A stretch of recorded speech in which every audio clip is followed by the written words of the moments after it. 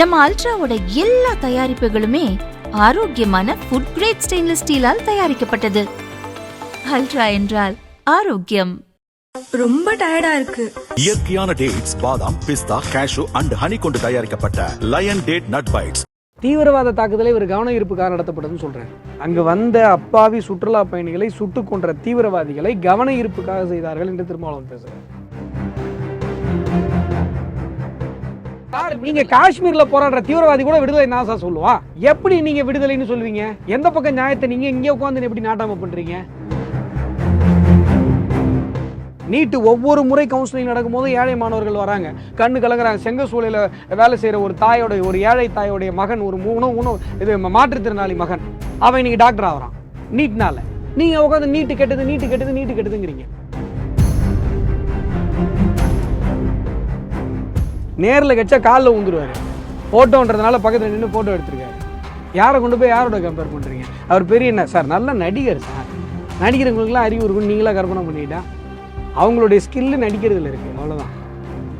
இப்போ நடிக்கிறவங்க வந்து அரசியலுக்கு வந்துட்டா உடனே அறிவுபூர்வமாக செயல்படுவாங்கலாம் நினைக்க முடியாது. கமலஹாசன் கூட தான் நல்ல நடிகர். அரசியலுக்கு வந்து என்னாச்சு?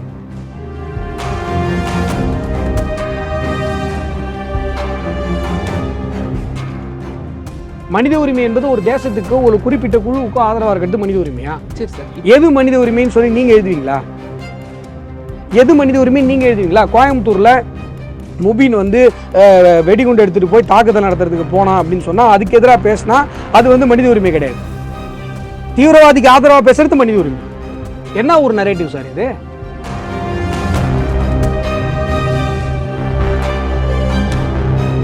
தினமலர் நேயர்களுக்கு அன்பான வணக்கம். இன்று நம்மோடு பாரதிய ஜனதா கட்சியினுடைய மாநில செயலாளர் திரு அஸ்வத்தாமன் அல்லிமுத்து இணைந்திருக்கிறாங்க. சார் வணக்கம். வணக்கம்.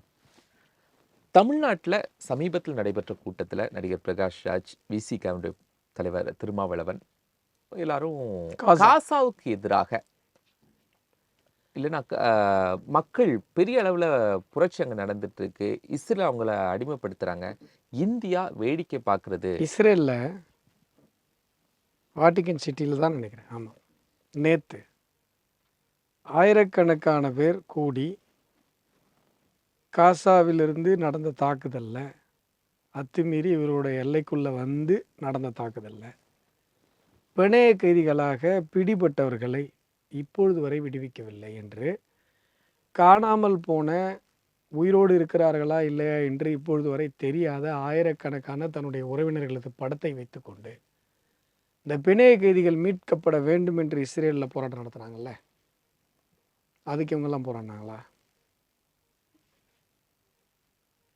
எப்படி ஒரு மனிதாபிமானம் என்பது, மனிதத்துவம் என்பது, மனித உரிமை மீறல் நடக்கிற எல்லா இடங்களிலும் தானே போராடணும். தீவிரவாத செயல்கள் நடக்கும் பொழுது இப்போ அத்துமீறி உள்ள எல்லைக்குள்ளே வந்து தூக்கிட்டு போனாங்கல்ல, அந்த காட்சிகள்லாம் ஞாபகம் இருக்கா உங்களுக்கு? முதல் தாக்குதல் நடைபெறும் போது உள்ளே வந்து அது வந்து எந்த விதமான போர் மரபிற்கும் உட்படாத ஒரு மோசமான ஒரு தாக்குதல். அது ஒரு மிக மோசமான ஒரு தாக்குதல். அத்துமீறி உள்ள நுழைந்து எந்த விதமான போரோ முறையோ எதுவுமே இல்லாமல் உள்ளே பூந்து கிடைக்கிற பெண்கள் எல்லாரும் தூக்கி போட்டு போனாங்க. அப்படியே உள்ளே பூந்து அங்கே அந்த நாட்டில் இருந்த ஃபாரினர்ஸ்லாம் தூக்கி போட்டு போனாங்க. அப்போல்லாம் யாரும் இவங்கெல்லாம் பேசல, மாநாடு போடல, மீட்டிங் போடல. இப்போ பாலஸ்தீனத்தினுடைய துண்டை போட்டுக்கொண்டு நீங்கள் வந்து ஒரு ஆர்ப்பாட்டத்தை நடத்துகிறீங்க அப்படின்னு சொன்னால் நீங்கள் பாலஸ்தீன ஆதரவாளர்கள், மனித உரிமை ஆதரவாளர்கள் கிடையாது. மனித உரிமைனா எந்த மனிதனையாக இருந்தாலும் நீங்கள் பேசணும். இல்லை, இதில் காசால மட்டும்தான் அவங்க ஒரு மக்கள் எழுச்சிக்காக போராடுறாங்க, ஒரு இனக்குழு தன்னுடைய விடுதலைக்காக போராடுது, அவங்களை நசுக்கிறதுக்கு பயன்படுத்துறாங்க. நான் என்ன சொல்கிறேங்க, அதாவது நீங்கள் காஷ்மீரில் நடந்து கொண்டிருந்த இப்பெல்லாம் கிடையாது. இப்போ நீங்கள் பகல்காம் அட்டாக்லேயே திருமாவளவன் என்ன சொன்னார் யோசிச்சு பாருங்க சார். பகல்காமில் தீவிரவாத தாக்குதல் நடந்தில்லை சார், உள்ளே அத்துமீறி உள்ளே வந்துட்டான் சார். உள்ளே வந்து டூரிஸ்ட்டுங்களை அட்டாக் பண்ணுறான். நீ இந்துவான்னு கேட்குறான், சாரி நீ முஸ்லீமான்னு கேட்குறான், நீ இந்துவான்னு கேட்குறான். நீ முஸ்லீம்னா உயிரோட விட்டுறான், இந்துன்னா கொள்கிறான், கிறிஸ்டின்னா கொள்கிறான். முஸ்லீமா தவிர நீ வேறு எந்த மதமாக இருந்தாலும் நீ கொல்லப்படுவேன்றான். அந்த களிமா சொல்லனா நீ அவுட்டு. இவ்வளோ தானே நீங்கள் நடந்த தீவிரவாத தாக்குதல். இதை கவன ஈர்ப்புக்காக நடந்ததுங்கிறாரு திருமாவளவன். அந்த வார்த்தையை கவனிச்சிங்களா? கவன ஈர்ப்புன்ற வார்த்தை எதுக்கு பயன்படுத்துவாங்க? சார் ஒரு ஆர்ப்பாட்டம் நடந்ததுனாலோ ஒரு போராட்டம் நடந்ததுனாலோ கவன ஈர்ப்பு சார். இப்போ தூய்மை பணியாளர்கள் வந்து ரிப்பன் பில்டிங் முன்னாடி 13 நாட்கள் 14 நாட்கள் உட்காந்து போராடினாங்க. இந்த திராவிட மாடல் திமுக அரசால் குப்பையை சுத்தம் பண்ணுற அந்த தூய்மை பணியாளர்கள் குப்பையை போல தூக்கி போடப்பட்டாங்க. அது கவன ஈர்ப்பு போராட்டம். ஒரு போராட்டம் ஜனநாயக முறையில் நடந்ததுன்னா அதை கவன ஈர்ப்புன்னு சொல்லுவாங்க. தீவிரவாத தாக்குதலை இவர் கவன ஈர்ப்புக்காக நடத்தப்பட்டதுன்னு சொல்கிறார். அங்கு வந்த அப்பாவி சுற்றுலா பயணிகளை சுட்டு கொன்ற தீவிரவாதிகளை கவன ஈர்ப்புக்காக செய்தார்கள் என்று திருமாவளவன் பேசுகிறார். நீங்கள் வந்து சார் அவங்க வந்து மக்கள் உரிமைகளுக்காக போகிறோம் சார். நீங்கள் வந்து சார் பாலஸ்தீனத்தில் இருக்கிற பிரச்சனையை வந்துட்டு இங்கே உட்காந்து நாட்டாமல் பண்ணாதீங்க சார். ஒரு நாட்டுக்கும் இன்னொரு நாட்டுக்கும் போர் நடக்குது, அவ்வளோதான் அதில் விஷயம். இதில் இந்தியாவுக்கு என்ன ரோல் இருக்குது? அப்படின்னா தீவிரவாத தாக்குதல் இஸ்ரேலுக்குள்ள எல்லை தாண்டி நடந்த போதும் அதுவும் மனித உரிமை தானே, அது மனித உரிமை மீதான தாக்குதல் தானே. இஸ்ரேலுக்கு வந்த சுற்றுலா பயணிகள் முதற்கொண்டு அங்கே பிணைய கைதிகளாக போய் எடுத்துக்கொண்டு போய் கொல்லப்பட்டாங்களே, அங்கே மனித உரிமை நடக்கலையே, மீறல் நடக்கலையே, அங்கே நீங்கள் பேசலை. நியாயம் எந்த பக்கம் பார்த்தாலும் இந்த பக்கம் ஒரு நியாயம் இருக்கும், அந்த பக்கம் ஒரு நியாயம் இருக்கும் சார். இப்போ இஸ்ரேல் என்ன சொல்லுவாங்க? இஸ்ரேல் என்ன சொல்லுவாங்க சொல்லுங்கள். இஸ்ரேல் பக்கத்தில் இருக்கிற நியாயம் என்ன? அவங்க என்ன சொல்கிறாங்க? நீங்கள் இஸ்லாமிய நாடுன்னு சொல்கிறீங்களா? இஸ்லாம் குரான்லேருந்தே யூதர்களுக்கான மண் இதுன்னு சொல்லி குறிப்பு இருக்குன்றாங்க. நீங்கள் வந்து இது வந்து நீங்கள் எந்த பக்கம் நியாயம் நீங்கள் உட்காந்து எப்படி முடிவு பண்ணுவீங்க? சரி, நியாயம் எந்த பக்கம் வேணா இருக்கட்டும், தீவிரவாத தாக்குதலை எப்படி நியாயப்படுத்துவீங்க? ஒரு போர் மரபுன்னு இருக்குது சார். ஒரு போர் மரபில் குடிமக்கள் தாக்கப்பட்டால் நம்ம பேசுகிறோம். சரி, தீவிரவாத தாக்குதல் எந்த மரபுக்குள்ளேயுமே வராமல் உள்ளே புந்து தூக்கிட்டு போனது, எந்த அறிவிப்புமே இல்லாமல் அந்த நாடு மீது தாக்குதல் நடத்தப்பட்ட போது, அங்கே இருக்கிற பிணைய கைதிகள் இப்போ வரைக்கும் எங்கே இருக்காங்கன்னு அந்த உறவினர்கள் புகைப்படத்தை வச்சு நிற்கும் போது, ரெண்டு பக்கமும் பேசுறது தானே மனித உரிமை. விடுதலைக்காக அவங்க போராடுறாங்க. நீங்க காஷ்மீர்ல போராடுற தீவிரவாதி கூட விடுதலை நான் சார் சொல்லுவா? எப்படி நீங்க விடுதலைன்னு சொல்லுவீங்க? எந்த பக்கம் நியாயத்தை நீங்க இங்கே உட்காந்து எப்படி நாட்டாம பண்றீங்க? அந்த மண் வந்து பாலஸ்தீனுக்கு சொந்தமா, காசாங்கிற பகுதி பாலஸ்தீனத்துக்கா இல்லை இவங்களுக்கா என்னன்றது நீங்க எப்படி முடிவு பண்ண முடியும்? அப்படி நீங்க இங்க உட்காந்து முடிவு பண்ணீங்கன்னா எங்கேயோ உட்காந்து காஷ்மீர் பிரச்சனை ஒருத்தன் முடிவு பண்ண மாட்டானா? என்ன சார் நீங்க பேசுற நியாயம்? யார் நீங்க? மனித உரிமை போராளிகள் தானே, மனித உரிமை போராளிகள் தானே நீங்க சொல்லிக்கிறீங்க. அதுக்கு தானே அந்த துண்டை போட்டு அங்கே உட்காந்தீங்க. மனித உரிமை போராளிகள்னா அங்கே இஸ்ரேலுக்குள்ள போன உயிர்களை பற்றி நீங்க பேசியிருக்கணும்ல. 2023 அக்டோபர் மாதம் நினைக்கிறேன், எவ்வளோ பெரிய தாக்குதல் நடந்தது, அதையே நீங்கள் பேசலை. எவ்வளோ பெரிய தீவிரவாத தாக்குதல் சார். சார் உலகம் வந்து தீவிரவாத தாக்குதலையும் போரையும் வேறுபடுத்தி தான் சார் பார்க்குது. போரும் தீவிரவாத தாக்குதலும் ஒன்று கிடையாது. தீவிரவாத தாக்குதல் என்பது மனித குலத்திற்கு எதிரான கோழைத்தனமான ஒரு தாக்குதல். போர் என்பது இராணுவ வீரர்களுக்கு நடுவில் நடக்கிறது. சரி, இப்போ நீங்கள் வந்து சார் இஸ்ரேல் உள்ளே போச்சு சார், அங்கே வந்து அப்பாவி மக்கள்லாம் பாதிக்கப்படுறாங்க சார் அப்படின்னு சொல்கிற நீங்கள், இந்திய தேசம் ஒரு பாகிஸ்தான் சிவிலியன் கூட பாதிக்கப்படாமல் ஒரு சர்ஜிக்கல் ஸ்ட்ரைக் நடந்ததில்லை ஆப்ரேஷன் சிந்தூரில். இந்த வாய் எந்த வாயாவது பாராட்டுச்சா? இந்த பேசின வாய் எந்த வாயாவது பாராட்டுச்சா? இந்திய ராணுவத்திற்கு பாராட்டு தெரிவிச்சாங்க. யார் பாராட்டினா? இந்த பேசின எவனையாவது யாராவது வந்து சொன்னாங்க சொல்லுங்க. இவங்க பேசல, பட் தமிழ்நாடு அப்ப அவ்வளவுதானே. நீங்க தமிழ்நாடு அரசெல்லாம் இழுக்காதீங்க. இதுல இங்க உட்காந்து இப்போ துண்டு போட்டு உட்காந்தாங்கல்ல பிரகாஷ்ராஜ் இவங்க அவங்க இந்த ஆளுங்கெல்லாம் பேசினாங்களா? சத்யராஜ் இவங்கெல்லாம் பேசினாங்களா? யார் நீங்க? சரி, இங்க நடக்கிற இவங்களுக்கு ஏதாவது அஜெண்டா இருக்குங்கிறீங்களா? அஜெண்டா தான் இவங்களுக்குலாம். ஒரு பாதிக்கப்பட்ட மக்கள் இஸ்ரேல்ல பாதிக்கப்பட்ட மக்களுக்கு எவன் சார் பேசினா? தொழில்நுட்பத்தை வச்சு தாக்குறாங்க. என்ன தொழில்நுட்பம்? வளர்ந்த தொழில். நீ தீவிரவாதத்தை வச்சு தாக்குனியா? அப்போ தீவிரவாதத்தை வச்சு அந்த ஊரை தாக்குனல இப்ப நடந்தது இல்ல சார். உங்களுக்கு நடந்தது தெரியுமா தெரியாதா? எல்லையை உடைச்சிட்டு கூட்டம் கூட்டமா வந்தாங்க சார். இந்த பாகுபலியில் காளைகர்கள் வர மாதிரி வந்து கிடைக்கிறவங்களாம் தூக்கிட்டு போனாங்க, கிடைக்கிற பொண்ணுங்களாம் தூக்கிட்டு போனாங்க. அதெல்லாம் உங்களுக்கு நியாயமாப்படுதா என்ன? எனக்கு புரியல. தீவிரவாத தாக்குதலுக்கு எப்படி சார் மனித உரிமை போராளிகள் ஆதரவாக இருக்க முடியும்? மனித உரிமை போராளிகள்னால தீவிரவாதிகளுக்கு ஆதரவாக பேசுறீங்க. இது என்ன லாஜிக்? இது எனக்கு புரியல சார். காசாங்கிறது இப்போ யார் ரூல் பண்ணிட்டு இருக்கா? காசா யார் ரூல் பண்ணிட்டு இருக்கா? ஒரு குரூப் தானே சார் ரூல் பண்ணிட்டு இருக்கு. அது it's not a declared country sir. இப்போ அந்த பகுதி அது வந்து அங்கேருந்து ஒரு டெரரிஸ்ட் அட்டாக் நடக்கும்போது திருப்பி வந்து அவங்க திருப்பி அட்டாக் பண்ணுறாங்க. இங்கே உட்காந்து நம்ம எப்படி நாட்டாமல் பண்ண முடியும்? அதில் எனக்கு புரியவே இல்லை இந்த கான்செப்ட். சரி, மனித உரிமை அப்படின்னு சொன்னால் எந்த நாட்டில் யார் பாதிக்கப்பட்டாலும் நீங்கள் மனித உரிமை தானே பேசி ஆகணும். அதானே சார் நியாயம். நீங்கள் வந்து பகல்காமில் உன் சொந்த நாட்டில் தீவிரவாதிகள் வந்து டூரிஸ்ட்டுங்களை சுட்டு கொண்டு போனால் அதை பேச உனக்கு வக்கு இல்லை. சரி, தமிழ்நாட்டில் இங்கே கள்ளச்சாராயத்தில் எத்தனை பேர் செத்து போனா, கிட்னி எத்தனை பேருக்கு சார் நாமக்கல்ல திருடிருக்காங்க? அதை விட மிகப்பெரிய மனித உரிமை மீறல் என்ன இருக்க முடியும்? அதை பற்றி பேசுறதுக்கு உங்களுக்கு வாய் வரல, வக்கு இல்லை. நான் உட்காந்துக்கு நான் பாலஸ்தீனத்துக்கு பஞ்சாயத்து பண்ணுறேன், இஸ்ரேலுக்கு பஞ்சாயத்து பண்ணுறேன். இந்தியா என்ன பண்ண முடியும்? இல்லை, எனக்கு புரியல. இந்த மோடி அதுக்கு என்ன எதிராக குரல் கொடுத்திருக்கலாம். தீவிரவாத ஏங்க எப்படிங்க வந்து குரல் கொடுக்க முடியும்? நான் கேட்குறேன், எந்த பக்கம் நியாயம்னு நீங்கள் சொல்கிறது தான் முடிவா? நீங்கள் ஒன் சைடாக பேசிகிட்டு இருக்கீங்க, பயாஸாக பேசிகிட்டு இருக்கீங்க. இதுவரைக்கும் பாலஸ்தீனத்துக்கு ஆதரவாக, யாசர் அரபத்துக்கு ஆதரவாக ஏன் சகோதரத்துவமாக தானே இந்தியா இருந்துச்சு. இப்போ மட்டும் யார் இப்போ அதாவதுங்க, நான் என்ன சொல்கிறேன், எந்த நாட்டுக்கும் இந்தியா எதிராக இல்லை, பாலஸ்தீனம் உட்பட. ஆனால் இஸ்ரேலுக்கு எதிராக இருக்கணும்னு சொல்லி நீங்கள் உட்காந்து நரேட்டிவ் செட் பண்ணீங்கன்னா அதுக்கு நாங்கள் ஆள் இல்லை. புரியுதா உங்களுக்கு? எப்படி வந்து பாகிஸ்தானுக்கும் இந்தியாவுக்குமான பிரச்சனை என்பது பாகிஸ்தான் ஆக்குபைடு காஷ்மீர் தான் பேசணுமே ஒழிய காஷ்மீரை பேசக்கூடாது நம்ம சொல்கிறோமோ, காஷ்மீர் விஷயத்தில் யாரும் வந்து இங்கே பஞ்சாயத்து பண்ணக்கூடாதுன்னு நம்ம சொல்கிறோமோ, அது மாதிரி தான் இன்னொரு நாட்டுக்கு, 2 நாட்டுக்கு நடுவில் நடக்கிற பிரச்சனை நம்ம எப்படி போய் நாட்டாம பண்ண முடியும்? அது என்ன லாஜிக்? நம்ம நாட்டாவும் பண்றதில்ல, பட் இந்தியா கண்டனமா ஏன் சார் கண்டனம் தெரிவிக்கணும்? ஒரு 2 நாட்டுக்கு நடுவில் நடக்கிற போர் சார். இப்போ ரஷ்யாவுக்கும் உக்ரைனுக்கும் கண்டனம் தெரிவிக்கணுமா, இல்லை அங்கே ஒரு வேலை சமாதான முயற்சி செய்யணுமா? இன்றைக்கி ட்ரம்ப் சொல்கிறாரு, அந்த போர் நிறுத்துறதுக்கு நீங்கள் வந்து முயற்சி பண்ணுங்கள். 2 நாடுகளும் நம்மகிட்ட பேசும்போது 2 நாடுகள்கிட்டையும் பேசி நம்ம வந்து என்ன பண்ணுறோம், சமாதான முயற்சிக்கு பண்ணுறோம். இப்போ உக்ரைனுடைய அதிபர் வந்து பாரத பிரதமர் நரேந்திர மோடி அவர்களை சந்திக்கும் பொழுதும் என்ன சொன்னார்னா, இந்த போர் நிறுத்துறதுக்கு நீங்கள் உதவி பண்ணுங்கன்றார். ரஷ்ய அதிபர்கிட்டையும் அதை பற்றி இப்போ ட்ரம்ப் சொல்கிறார், நீங்கள் அதில் வந்து இந்தியா வந்து உள்ளே வரணும் அப்படின்னு சொல்லி. 2 நாடுகளுக்கு நடுவில் போர் நடக்கும்போது 2 நாடுகள்கிட்டையும் பேசுறதுங்கிறது வேற, ஒரு நாட்டுக்கு கண்டனம் தெரிவிக்கிறதுன்றது. அப்போ என்ன ஒன் சைடாக போக சொல்கிறீங்களா? எதுக்காக ஒன் சைடாக போகணும்? அங்கே நடக்கிற நியாயம் என்னன்னு உங்களுக்கு எப்படி தெரியும்? அவங்க சர்ஜிக்கல் ஸ்ட்ரைக்குன்னு சொல்கிறாங்க இஸ்ரேல். நீங்கள் அதை வந்து இல்லை சார் சிவிலியன்ஸ் அட்டாக் பண்ணுறாங்கன்னு சொல்கிறீங்க, டிஸ்பியூட்டட் கொஸ்டின் ஆஃப் ஃபேக்ட்ஸு. ஆனால் அதுக்கு முன்னாடி நடந்த டெரரிசம் அட்டாக்கை பற்றி நீங்கள் பேச மாட்டீங்க. நீங்கள் யார் சார் முடிவு பண்ணுறது? நீட்டு தப்புங்கிறீங்க, நீட்டு நல்லது இல்லைங்கிறீங்க. ஏழை மாணவர்கள்லாம் படிச்சுட்டு முன்னுக்கு வராயா? வந்து சாதாரண திருவண்ணாமலை நேற்று வந்திருக்கு பாருங்க பேட்டி.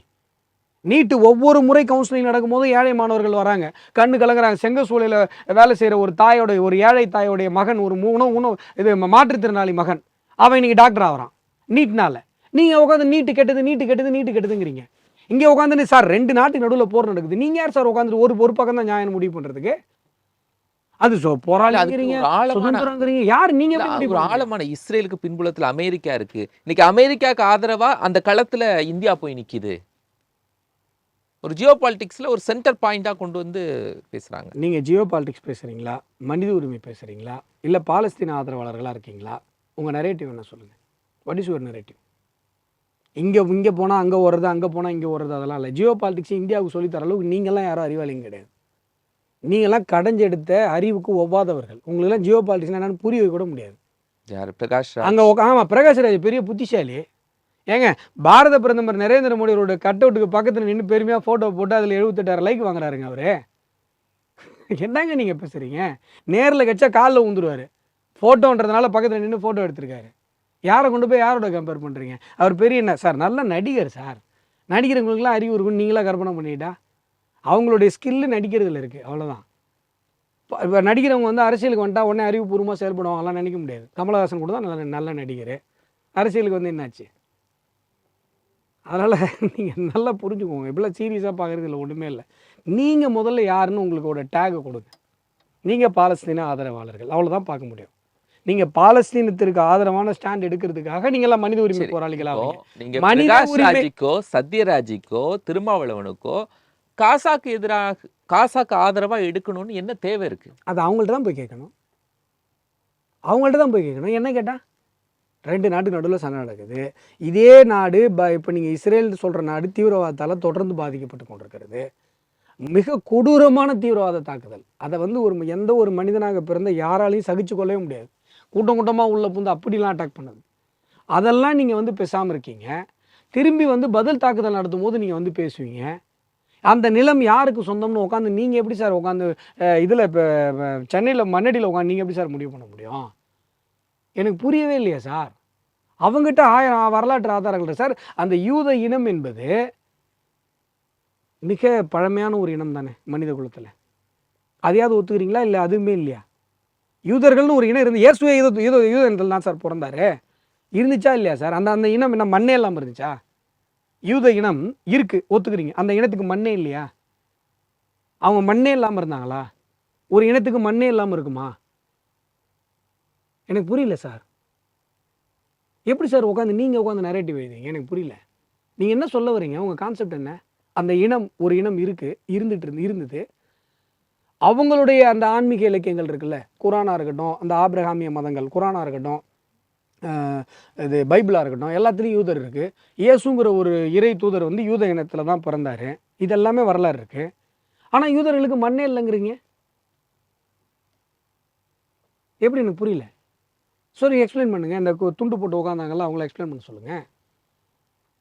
இங்கே உட்காந்து நான் அங்கே நரேட்டிவ் சார், இந்தியா சார், அதுக்கெல்லாம் யார் காரணம் தெரியுமா? இந்தியாவுங்க. என்ன இந்தியா காரணம்?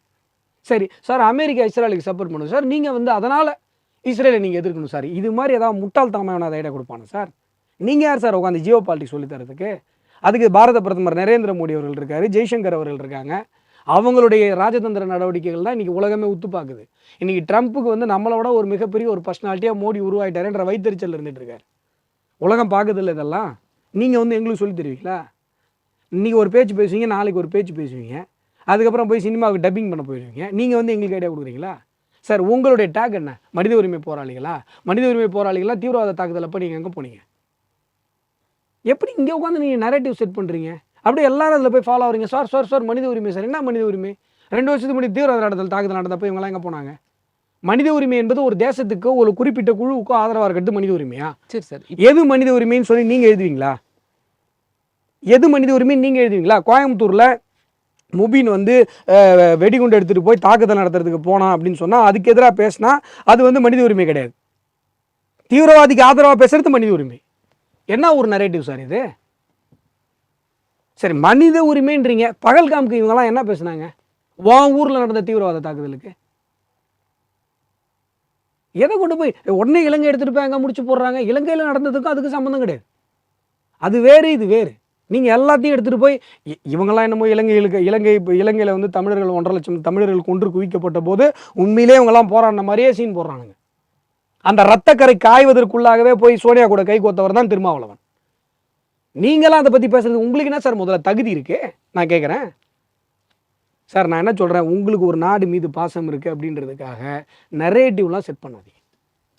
அதுக்கெல்லாம் தமிழர்கள் ஆள் கிடையாது. எங்களுக்கு நாங்கள் பார்க்குற பிரச்சனை 1000. இந்த பிரச்சனையை தமிழ்நாட்டில் கொண்டு வந்து ஒரு காசா இஸ்ரேல் பிரச்சனையை பேசுறதுக்கான தேவை என்னவா? தேவை என்னன்னு அவங்களை கேளுங்க சார். யார் ஃபண்டு பண்ணுறா, எதுக்காக தேவை, என்ன நரேட்டிவ்னு கேளுங்க சார். இதெல்லாம் எதுவுமே சும்மாலாம் நடக்காது. எதுவுமே சும்மா நடக்காது.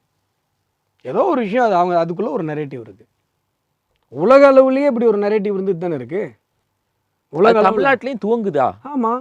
இதுக்கு முன்னாடி இந்த மாதிரி ஒரு இன்னொரு நாட்டுக்காக ஒரு ஸ்டேட்டுக்குள்ள இந்த அளவுக்கு பேசி பார்த்ததில்ல. பட் இப்போ உருவாகுதா புதுசா? ஆமாம் சார், நடந்துகிட்டு இருக்கேன். இவங்களாமே என்ன சொல்கிறாங்க சார், இஸ்ரேலுக்குள்ளே வந்து இந்திய பிரைம் மினிஸ்டர்ஸ்லாம் போகாமல் இருந்தாங்க, மோடி தான் போனார் அப்படின்லாம் பேசினாங்க. சரி, இப்போ சரி, ஏன் போகக்கூடாது இஸ்ரேலுக்குள்ளே? ஏன் போகக்கூடாது? இந்திய தேசம் மிக மூத்த இனங்களை கொண்ட தேசம். வரலாற்றில் கலாச்சாரங்கள் எடுத்திங்கன்னா கிராக்க கலாச்சாரம், மொசபடோமியா மாதிரி இந்தியான்றது ஒரு மிக பாரம்பரிய உலகத்தினுடைய முதல் மனித குலம், முதல் அரசு எல்லாம் தோணுது இங்கே. ஒரு மூத்த இனமாக இருக்கக்கூடிய ஒரு யூத இனம் இருக்குது அங்கே இஸ்ரேலில். ஏன் அங்கே வந்து நாங்கள் தொடர்பை வச்சுக்கூடாது நீங்கள் எப்படி சொல்வீங்க? சொல்லுங்கள், எப்படி சொல்லுவீங்க? என்ன காரணம்? அதுவும் தீவிரவாதத்தால் பாதிக்கப்படுற நாடு, இந்தியாவும் தீவிரவாதத்தால் தொடர்ந்து பாதிக்கப்படுற ஒரு நாடு. மியூச்சுவல் கோஆப்ரேஷன் இருக்கிறதுல என்ன பிரச்சனை? ராஜாங்க ரீதியாக சரிதானே சார்? நீங்கள் எப்படி சார் இங்கேருந்து உட்காந்து நீ இந்த நாட்டோடு தான் பேசணும், இந்த நாட்டோடு தான் பேசக்கூடாது, இங்கே உட்காந்து நீங்கள் லாபி பண்ணி டிக்டேட் பண்ணுவீங்களா? இது எப்படி ஒரு தமிழ்நாட்டினுடைய ஒரு சீஃப் மினிஸ்டர் அனுமதிக்கிறார்? ஒரு இந்தியா ஏங்க வடிவம் இதில் கோயம்புத்தூர் குண்டு வெடிப்பே சிலிண்டர் வெடிப்புன்னு சொன்னவர் நம்ம சிஎம். அவரு இது ஆனால் இது ரொம்ப ஆபத்தான விஷயம் இல்லை? அது நீங்கள் அதை விட ஆபத்தான விஷயமா இது. கோயம்புத்தூரில் ஒரு குண்டு வெடிப்பு நடக்குது. அந்த குண்டு வெடிப்பு வழக்கு என்ஐஏவுக்கு போகுது. என்ஐஏக்கு போகுதுன்னா என்ன அர்த்தம்? அது டெரரிஸ்ட் ஆக்ட் தானே அர்த்தம். டெரரிஸ்ட் ஆக்டிவிட்டிஸாக இருந்தால் தான் என்ஐஏ எடுக்க முடியும். தமிழ்நாடு கவர்மெண்ட் அந்த என்ஐஏவுக்கு அந்த கேஸை வந்து ட்ரான்ஸ்ஃபர் பண்ணுது. அதை ஒட்டி சிஎம் வந்து ஒரு ட்விட்டு போடுறாரு. என்ன போடுறாரு தெரியுங்களா? சிலிண்டர் வெடிப்பான். அப்போ வரைக்கும் அவர் சிலிண்டர் வெடிப்பு தான் சொன்னார். அதுக்கப்புறம் என்னையை என்கொயரி பண்ணி இந்த முபீன் இருக்காருல்ல, ம். இந்த தீவிரவாதி செத்து போயிட்டான் பாருங்க, அவனுக்கு பின்னாடி யார் யாரெல்லாம் இருக்கிறான் அப்படின்னு பார்த்தா சத்தியமங்கலம் காட்டு பகுதியில் தீவிரவாத பயிற்சி முகாம் நடந்திருக்காரு. ம். ம் கண்டுபிடிச்சாங்க தமிழகத்தில். அவ்வளவு மிக மோசமான ஒரு சூழ்நிலை தமிழகத்தில் இருந்து கொண்டிருக்கிறது. நீங்கள் இலங்கையில் ஒரு குண்டுவெடிப்பு நடக்குதா, தமிழ்நாட்டில் அதோடைய தொடர்பு இருக்குங்கிறாங்க. நீங்கள் பெங்களூரில் ஒரு குண்டுவெடிப்பு நடக்குதா, தமிழ்நாட்டில் அதோடைய வேர் இருக்குன்றாங்க. இப்போ தர்மசாலா அதில் கொலை நடந்து போச்சு, ஆகா ஓகான்னு சொல்லி ஒரு மிகப்பெரிய ப்ராப்பகண்டா பண்ணாங்க பாருங்கள். அதோடைய வேர் எங்கே இருந்தது? தமிழ்நாட்டில். தமிழ்நாடு ஒரு பாதுகாப்பற்ற ஒரு பகுதியாக மாறிக்கொண்டிருக்கிறது. காரணம் என்னன்னு சொன்னால், இவங்க அப்பீஸ்மெண்ட் பாலிடிக்ஸ் பண்ணுறாங்கிற பேரில் இந்த மாதிரியான தேச பாதுகாப்பிற்கு எதிரான பல தீய கூட்டங்களுக்கு ஆதரவளித்து கொண்டிருக்கிறார். இன்னொரு பக்கம் கிட்னி திருட்டு அப்படின்னு போச்சுது. இதுக்கு தமிழ்நாடு அரசு என்ன சொல்கிறாங்கன்னா, அது முழுமையாக விசாரிக்கணும்னு தான் நாங்கள் சுப்ரீம் கோர்ட்டுக்கு போகிறோம் அப்படின்னு. பட் அதை விமர்சிக்கிறவங்களை எதை பார்க்குறீங்க? முழுமையாக விசாரிக்கிறதுக்கு இதுக்கு சுப்ரீம் கோர்ட்டுக்கு போகணும். நீங்கள் உங்கள் கேள்வியை நான் திருப்பி கேட்குறேன். நீங்கள் போலீஸ் வச்சுருக்கீங்க, எல்லா என்கொயரி அத்தாரிட்டியும் உங்கள்கிட்ட இருக்குது. நீங்கள் முழுமையாக விசாரிக்கிறதுக்கு சுப்ரீம் கோர்ட்டுக்கு போகிறோன்னா என்ன லாஜிக்? இல்லை, அதுக்கு ஒரு குற்றம் சுமத்தியிருக்காங்க. இது ஒரு தமிழ்நாட்டுக்கு மேலே ஒரு களங்கம் ஏற்படுத்துகிற மாதிரி இருக்குது. ஓ, இப்போ கிட்னி திருடவே இல்லையா? அந்த நூற்றுக்கணக்கான பேர் வந்து கிட்னியை எடுத்து அவங்களே எடுத்து வெளில போட்டுட்டாங்களா?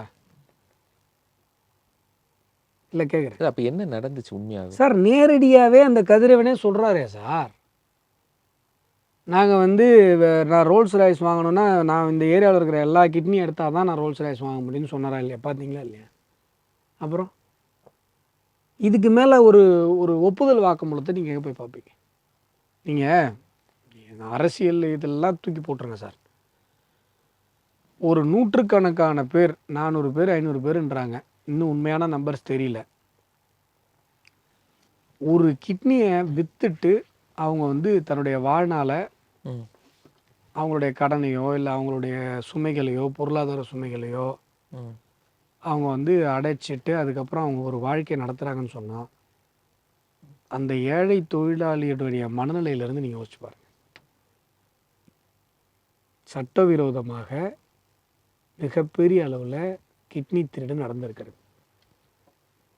சம்பந்தப்பட்ட ஹாஸ்பிட்டலில் திமுகவுடைய ஆளுகிற அரசு இந்த கிட்னி திருட்டுக்கு ஆதரவாக இருக்கிறது.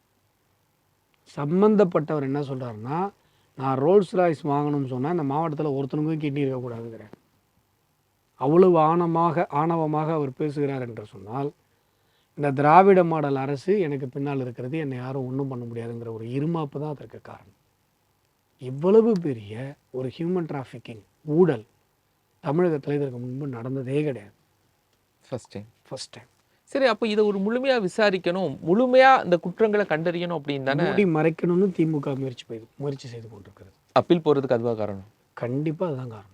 மூடி மறைக்க வேண்டும் என்று திமுக முயற்சி செய்து கொண்டிருக்கிறது. ஆரம்பத்தில் இருந்து இந்த செயலில் ஒரு ஸ்டெப்புமே திமுக என்ன பண்ணுறாங்கன்னா, இதை வந்து மடை மாற்றணும், இதை ஒரு தனி நபர் கதிரவன் அப்படிங்கிறவரை காப்பாற்றணும் அப்படிங்கிறதுக்காக இல்லை அந்த கல்லூரி இவங்க தானே பண்ணியிருக்காங்க. அதாவதுங்க, குற்றவாளி கையிலே விசாரணை இருக்கிறது. குற்றவாளியே நீதிபதியாக இருந்தால் இப்போ எப்படி என்ன பண்ணுவாங்களோ அதுதான் நடந்து கொண்டிருக்கிறது. நீங்கள் இதில் குற்றவாளிகள் யார் அப்படின்னு சொன்னால், அவர் பேர் என்ன? திராவிட ஆனந்தனா?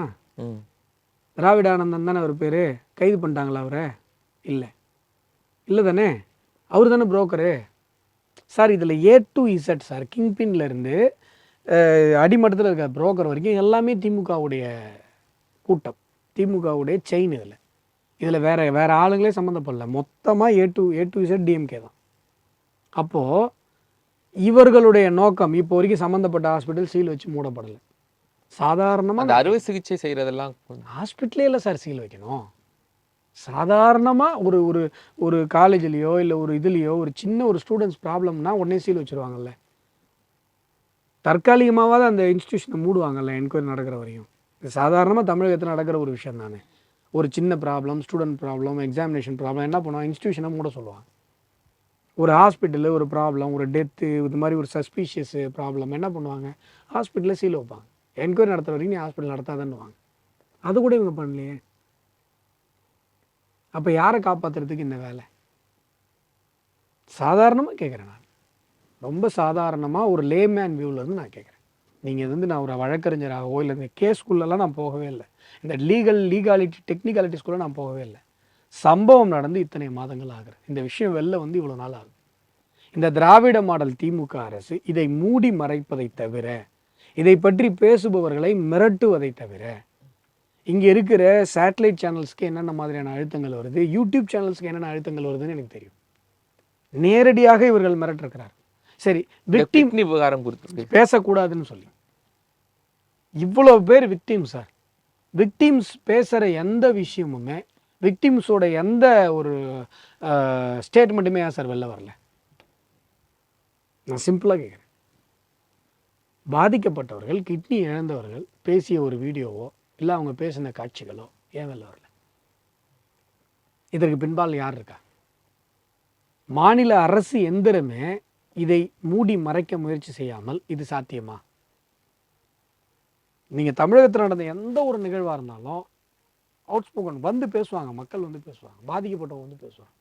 இந்த கிட்னி விஷயத்தில் பாதிக்கப்பட்ட ஏழை தொழிலாளர்கள் மிரட்டப்படுகிறார்கள் என்பதை தாண்டி அதை எடுத்து கூட போட முடியாத அளவுக்கு ஊடகங்கள் அழுத்தப்படுகிறது என்பதுதான் இதில் இருக்கிற செய்தி. சரி, ஏதோ ஒரு மருத்துவக் கல்லூரி நிறுவனம், ஏதோ ஒரு நபர் இவரை காப்பாற்றணும்னு ஒட்டுமொத்த அரசும் ஏன் நினைக்கணும் சார்? அரசினுடைய அங்கம், கட்சியினுடைய அங்கம், கட்சியினுடைய எம்எல்ஏ சார், திமுக சார். சார் அவங்க நீக்கிறது ஈஸி தானே சார்? நீங்க மதுரையில ஏதோ நீங்க செகண்ட் பர்சன் தேர்ட் பர்சன் மாதிரி பேசுறீங்க.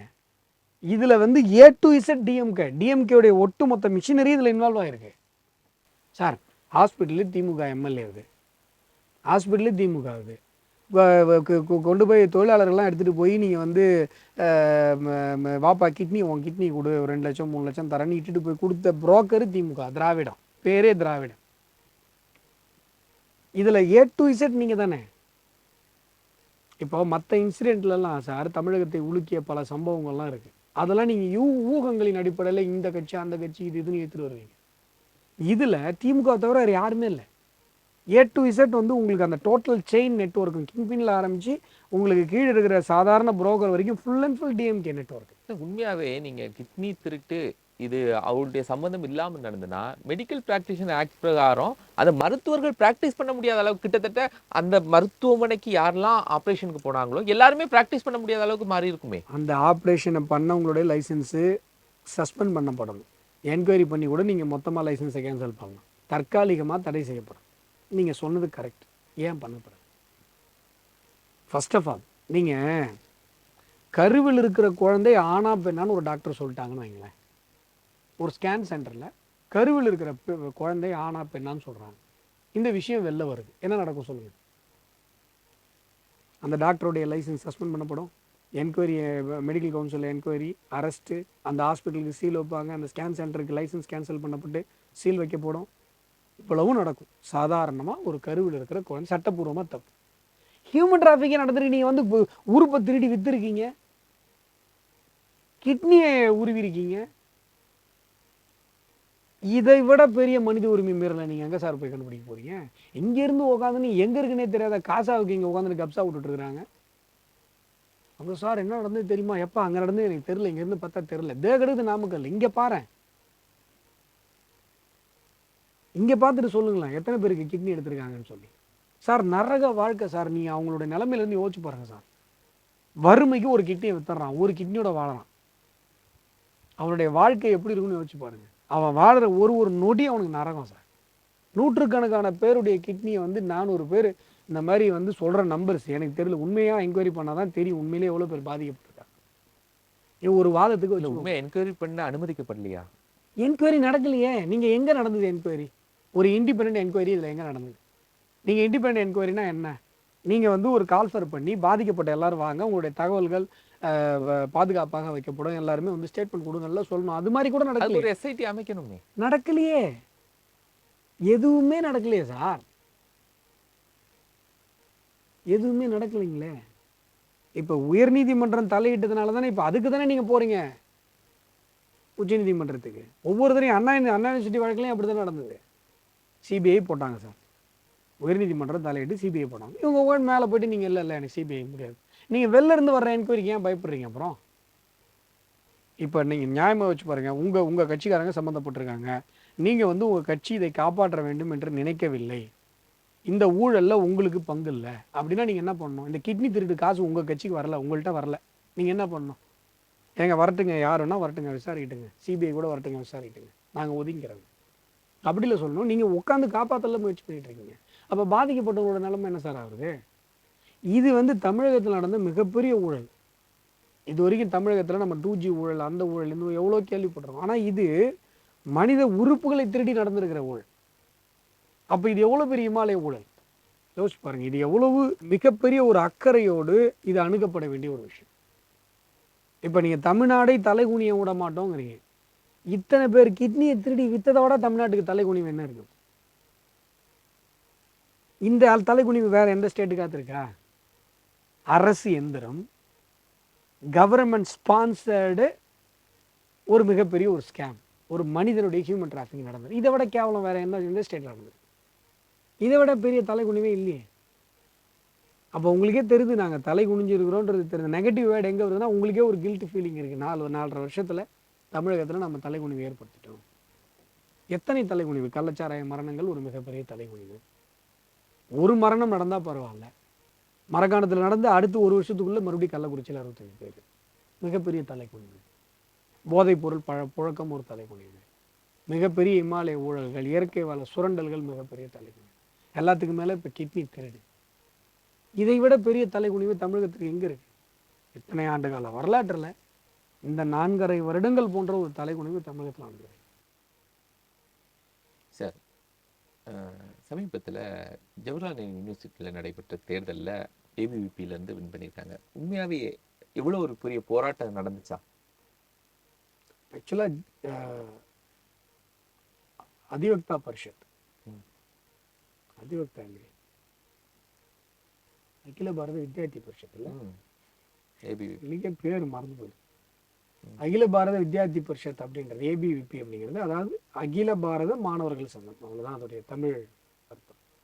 அவர்களுடைய இதுவே பார்த்தீங்கன்னா எப்பயுமே வந்து மாணவர் அமைப்பு மிகப்பெரிய அளவில் ஒரு போராட்ட களங்கள்ல இருப்பாங்க. அதாவது என்ன கேட்டீங்கன்னா, மிகப்பெரிய பாரதிய ஜனதா கட்சியினுடைய தலைவர்கள் எல்லாமே ஏபிபின்னு வந்தாங்க, இன்க்ளூடிங் தமிழ்நாட்டில் கூட. ஆமாம், தமிழ்நாட்டில் கூட யோகி ஆதித்யநாத்லாம் ஏபிபி ப்ராடக்ட் தான். நிறைய பேர் ஏபிபி இருக்காங்க. என்னன்னா மாணவர் பருவத்திலேயே அவங்க வந்து ஒரு விவேகானந்தர் மாதிரியான ஒரு நெறிப்படுத்துதலை ஏபிபி பண்ணும். அந்த விதத்தில் இந்த ஜேஎன்யூலாம் வந்து பார்த்திங்கன்னா மொத்தமாக அந்நிய நாட்டு சித்தாந்தவாதிகளால் ஆக்கிரமிக்கப்பட்ட ஒரு பகுதி. இப்போ அந்த பகுதியில் தேசியவாத சிந்தனை மிகப்பெரிய அளவில் வேரூன்றி இருப்பதற்கான ஒரு வெளிப்பாடு தான். அதான் கேட்டேன், ஏன்னா ஒரு இடதுசாரி சித்தாந்தத்தோடு தான் அது பல வருஷமா பயணி அறியப்பட்ட ஒரு பகுதி. என்ன கேட்டிங்கன்னா, நீங்கள் வந்து இந்திய சித்தாந்தம் அறிமுகப்படுத்தப்படாதனால மாணவர்கள் அந்நிய நாட்டு சித்தாந்தங்களை போய் மாட்டிக்கிறாங்க. இதான் விஷயம். அது மறை ஓகே, அறிமுகப்படுத்தப்படாதனால, இந்தியன் ஐடியாலஜி அறிமுகப்படுத்தப்படாதனால மாணவர்கள் என்ன பண்ணுறாங்கன்னா அந்நிய நாட்டு சித்தாந்தங்களை போய் மாட்டிக்கிறாங்க. இப்போ ஒரு சாதாரணமாக ஒரு தமிழகத்திலே எடுத்துக்கோங்க, தமிழகத்தில் இருக்கிற சீதோஷ நிலை, ஒரு சாதாரண கல்லூரி மாணவனுக்கு 2 விஷயம் தான் அடையாளப்படுத்தப்படும். ஒன்று வந்து கருப்பு, இன்னொன்று வந்து சிவப்பு. ஒன்று திராவிடம், இல்லைன்னா வந்து கம்யூனிஸ்ட். அதுதான் அவங்களுக்கு வந்து மாணவர் பருவத்தில் அக்சஸே இருக்கு. இந்த காவிக்கான அக்சஸ் இல்லை. அதுதான் இந்த ஏபிபி ஏற்படுத்து. அதாவது என்ன விஷயம் அப்படின்னா, மாணவர் பருவம் ஒரு அரசியல் சித்தாந்தங்களை தாண்டி, அதாவது ஒரு அரசியல் சிந்தனைகளை நோக்கி போகும்போது அவங்களுக்கு ஒருங்கிணைந்த மனிதத்துவம் என்றால் என்ன அப்படின்னு சொல்றதுக்கு ஆள் இல்லாமல் போயிடுது. ஆள் சொல்லிட்டாங்கன்னா கண்டிப்பா மாணவர்கள் இங்கே தான் வருவாங்க. ஏன்னா நமக்கு, அதாவது என்ன சொல்றேன்னா, அதான் நான் எல்லா இடத்துலையும் சொல்லுவேன், உலகத்தினுடைய முதல் அரசை அமைத்தது இந்திய தேசம். உலகத்தில் முதல்ல பொலிட்டிக்கல் சயின்ஸ் தான் என்ன அப்படின்றது சொன்னது நம்ம தான். நாலந்தா யூனிவர்சிட்டின்னு கட்டி உலகத்தில் இருக்க எல்லாரும் இங்கே தான் வந்து படிச்சுட்டு போகலாம். உலகத்தினுடைய முதல் அணை நம்முடைய கரிகால பெருவளை தான் காட்டினது, கல்லணை. இப்படி உலகத்தினுடைய முதல் விவசாயம், முதல் அரசு, முதல் அறம் எல்லாம் நம்மளது தான். அப்படி இருக்கும்பொழுது அரசியல் தத்துவத்தை முதல் அரசை அமைத்த ஒரு சமூகத்திற்கு வெளில இருந்து எப்படி சொல்லிக் கொடுக்கணும்? இதுதான் நாங்கள் கேட்குற கேள்வி. எதுக்கு எல்லாம் வெளிநாட்டு சித்தாந்தம், கம்யூனிசம், திராவிடம், கார்டுவல் கொடுத்த திராவிடமும் கம்யூனிசம், வெளிநாட்டு தத்துவமான கம்யூனிசமும் நமக்கு எதுக்கு கேட்கும்? இங்கே சார் இல்லை சார் பொது உடைமை தானே சார். நாங்கள் பேசாத பொது உடைமை அவங்க எங்கே பேசினாங்க? மதம் ஒரு ஓபியம்னு சொன்னார். ஆனால் அவர் இந்தியாவில் பிறந்தா மதம் ஒரு ஓபியம்னு சொல்லிக்க வேண்டிய அவசியம் இல்லைங்கிறது. அவர் பிறந்த நாட்டில் மதம் ஒரு ஓபியம் தான். ஆனால் இங்கே தான் மதம்னு ஒரு கான்செப்டே இல்லையே. இங்கே தர்மா தானே. இங்கே எடுத்துகிட்டு வந்து அங்கேயே அதையும் போதிக்கிறீங்கன்னு கேட்குறோம். புரியுதுங்களா? இது காக்கை குருவி எங்கள் சாதின்னு பேசின ஒரு ஊர் இது. நீங்கள் வந்து இல்லை சார் தொழிலாளியும் முதலாளியும் சமம்ன்றீங்க. நாங்கள் இன்னைக்கு அவங்க காசு இருக்கவனை பார்த்து காலில் வந்தோம். மாட்சியின் பெரியாரை வியத்தலும் இளமே, சிறியாரை கருதல் அதனினும் இளமே. இதுதான் எங்களுடைய தத்துவமே. நீங்கள் சார் நீங்கள் வந்து உலக உருண்டைன்னு சொல்லும் போது இந்தியர்கள் யாரும் ஆச்சரியப்படல சார். சரியா? எங்கள் ஊருக்காரர் சரிசிவிராமன் போய் செடி கொடிகளுக்கெல்லாம் உயிர் இருக்குன்னு சொல்லும் போது நீங்கள் தான் ஆச்சரியப்பட்டீங்க. எங்களுக்கு ஏற்கனவே தெரியும். ஏன்னா தொல்காப்பியர் சொல்லிட்டாரு மரத்துக்கெல்லாம் ஒரு அறிவுப்பான். உயிர் இருக்குன்னு இல்லை, யார் யாருக்கு எத்தனை அறிவு இருக்குன்னு வரைக்கும் எங்களுக்கு தெரியும். ஸோ உங்களுக்கு தான் அது ஆச்சரியம், எங்களுக்கு ஆச்சரியம் இல்லை. நீங்கள் வந்து எங்ககிட்ட பொது உடைமை சார். பொது உடைமை என்ன தெரியுமா சார்? சார் உலகத்தில் இருக்கிற அத்தனை உயிர்களும் இன்டர் கனெக்டட்னு சொல்கிற தத்துவம் சார் எங்களுது. நீ எங்ககிட்ட வந்து பொது உடைமை பேசினா இது எல்லாமே பொருளாதாரம் சார்ந்த தத்துவம் தானே. கம்யூனிசம் பொருளாதார தத்துவம். நீங்கள் நல்லா கவனிங்களா, எல்லாமே பார்த்தீங்கன்னா பொருள் இருக்கும், பொருள்வாதம் தான், பொருள் ரீதியான அரசியல்வாதம், பொருள் சார்ந்த அரசியல்வாதம். ஆனால் நம்முடைய இந்திய தத்துவம் மனிதன் சார்ந்த உயிர் சார்ந்த அரசியல்வாதம் சார். சார் மனிதனுடைய உயிர், மனம், மனிதனுடைய ஃபீலிங், இதுக்கெல்லாம் கம்யூனிசத்துலையும் முதலாளித்துவத்துக்கும் இடமே கிடையாது சார். ஆனால் இங்கே தான் உயிர் இருக்குன்னு சொல்கிறோம். இதுக்கெல்லாம் வந்து கம்யூனிசத்துலையும் முதலாளித்துவத்திலையும் கருத்து மதிப்பளிப்பே கிடையாது. மதிப்பளிப்பே கிடையாது சார். பொருள் பொருள் எங்க உருவாகுது? மூலதனம் தானே சார் உங்களுக்கு பேரே நீங்க வைக்கிறீங்க. எங்க இருந்து ஆரம்பிக்குது கம்யூனிசம்? பொருள் முதல்வாதம் தான். அந்த புக்கு வேற மூலதனம் தானே. நீங்க மூலதனத்துல தானே ஆரம்பிக்குது. உங்களுக்கு பொருள் சம்பந்தப்பட்டது சார். ஒரு பொருள், அந்த பொருள் சம்பந்தப்பட்ட டிஸ்ட்ரிபியூஷன்ல தான் சார் முதலாளிக்கு முக்கியத்துவம் கொடுக்கும்போது அது முதலாளித்துவம் ஆகுது, தொழிலாளிக்கு முக்கியத்துவம் கொடுக்கும்போது அது கம்யூனிசம் ஆகுது. இப்படி வச்சுக்கோங்க, ஒரு வாதத்துக்கு வச்சுப்போம். அது இயல்பளவில் நீங்கள் என்ன பண்ணுறீங்கன்றதுனா கொள்கை அளவில் சொல்கிறேன். இப்படி தான் நீங்கள் பேசுகிறீங்க. நாங்கள் சொல்கிறது என்னென்னா, இதில் மனிதனுடைய உணர்வு, மனிதனுடைய மனம், மனிதனுடைய ஆன்மா, இதுக்கெல்லாம் ஸ்பேஸ் இருக்கா, இம்பார்ட்டன்ஸ் இருக்கான்னு கேட்கல. ஸ்பேஸ் இருக்கா? இல்லை தானே.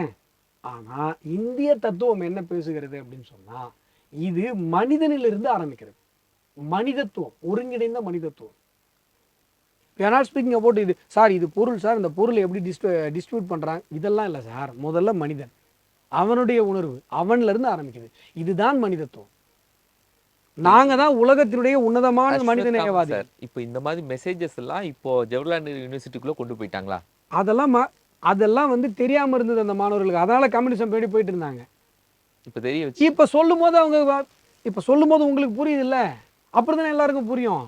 எங்க தமிழகத்துல என்ன பிரச்சனை, எங்களுக்கே என்ன பிரச்சனை? நாங்களே எங்கள் ஐடியாலஜியை பேசுறது இல்லை. நாங்கள் சொன்னால் தமிழகம் வந்து தலையில் தூக்கி வச்சுட்டு ஆடும் எங்களை. இது மாதிரி ஒரு தத்துவமே கிடையாது சார். இன்னைக்கு ஏன் சார் நரேந்திர மோடி அவர்களை உலகமே புகழுதுன்னு நினைக்கிறீங்க? ஏன் தலையில் தூக்கி வச்சுட்டு ஆடுதுன்னு நினைக்கிறீங்க? ஏன் ஒரு உலக மாநாட்டுக்கு போனால் எல்லா பிரதமர்களும் சூழ்ந்து வகன்னு மோடி என்ன சொல்கிறாருன்னு ஏன் கேட்குறாருன்னு நினைக்கிறீங்க? இந்த தத்துவம், இன்டெகிரல் ஹியூமனிசம் என்கிற தத்துவம், அந்த தத்துவத்தினுடைய பிராண்ட் அம்பாசிடராக தான் நரேந்திர மோடி அவர்கள் இருக்கிறார். அந்த தத்துவம் தான் உலகத்தில் இருக்கிற எல்லா பிரச்சனைகளுக்கும் தீர்வு. முதலாளித்துவம் கம்யூனிசம் சண்டை போடும், ஐடியாலஜிக்கல் கான்ஃப்ளிக்ட் இருக்கும், இவங்களுக்குள்ள ஒரு பெரிய ஒரு ஷேடோ வார் நடக்கும். உலகமே அதில் மாணவர் பேரவை தேர்தலில் ஏபிவிபி வெற்றி பெற்றதுக்கு எதுக்கு பின்னாடி ஏன் இங்கே கொண்டு வரீங்கன்றீங்க? இந்திய தத்துவம் வெற்றி பெற்று விட்டது. இந்த கேள்வியை வாய்ப்பா வச்சுட்டு நான் இதை சொல்லிட்டு இருக்கேன். இப்போ நம்ம எல்லாருக்கும் ஒரு ஆன்மா இருக்கிறது, எல்லா ஆன்மாவிற்கும் பின்பாக ஒரு இன்டர் கனெக்டிவிட்டி இருக்கிறது. இந்த தேசத்தினுடைய எல்லா ஆன்மாக்களும் ஒன்று கூடி இந்த தேசத்திற்கென்று ஒரு ஆன்மாவை கட்டி எழுப்புகிறது. சோல். நீங்கள் இறையாண்மை சொல்கிறீங்களா? ஒரு தேசத்துனா என்னென்ன சார் வேணும்? சார், ஒரு தேசத்திற்கு நிலப்பரப்பு வேணும், மக்கள் வேணும், இறையாண்மை வேணும், உலகத்தினுடைய அங்கீகாரம் வேணும். இதெல்லாம் இருந்தால் ஒரு தேசம்னு சொல்கிறோம்ல. அந்த இறையாண்மைக்கு பின்பாக ஒரு ஆன்மா இருக்கிறதுன்னு சொல்லுது ஒருங்கிணைந்த மனிதத்துவம். அந்த ஆன்மா யாரால் உருவாக்கப்படுகிறதுன்னு சொன்னால், இந்தியாவில் இருக்கிற 140 கோடி ஜனங்களும் சேர்ந்து அந்த ஆன்மாவை கட்டி எழுப்புகிறாரு. அந்த ஆன்மாவுக்கு நாங்கள் ஒரு உருவம் கொடுக்குறோம், அதான் பாரத மாதா. சரி, அப்போ மற்ற நாடுகளுக்கு மற்ற நாடுகளுக்கும் ஒரு ஆன்மா இருக்கிறது. யாரையும் டிஸ்டர்ப் பண்ண தேவையில்லை. இதுதான் உலகத்தில் பேசப்படுகிற எல்லா அரசியல் தத்துவங்களுக்கும் பின்பாக முரண்பாடுகள் இருக்கு இல்லையா, இந்த முரண்பாடுகளுக்கெல்லாம் ஒரு முற்றுப்புள்ளி ஒருங்கிணைந்த மனிதத்துவம். இது இந்தியாவில் உருவான அரசியல் தத்துவமாக இருந்தாலும் கூட உலகமே ஏற்றுக்கொள்ளப்பட வேண்டிய ஒரு அரசியல் தத்துவம். இதனால தான் இஸ்ரேல் பிரதமர் வந்து பேசுறாரு, அமெரிக்கா பிரதமர் வந்து பேசுறாரு, ரஷ்யா பிரதமர் வராரு, சைனா பிரதமர் வரைக்கும் வந்துட்டார். இப்போ நீங்க பாருங்க, உலகத்தினுடைய ஒட்டுமொத்த தேசமும் இந்த ஒருங்கிணைந்த மனிதத்துவத்தை ஏற்றுக்கொள்ளுகிற காலமும் வரும். நன்றி சார். நேயர்களே, மற்றும் ஒரு நிகழ்ச்சியில் நம்ம சந்திக்கலாம். நன்றி.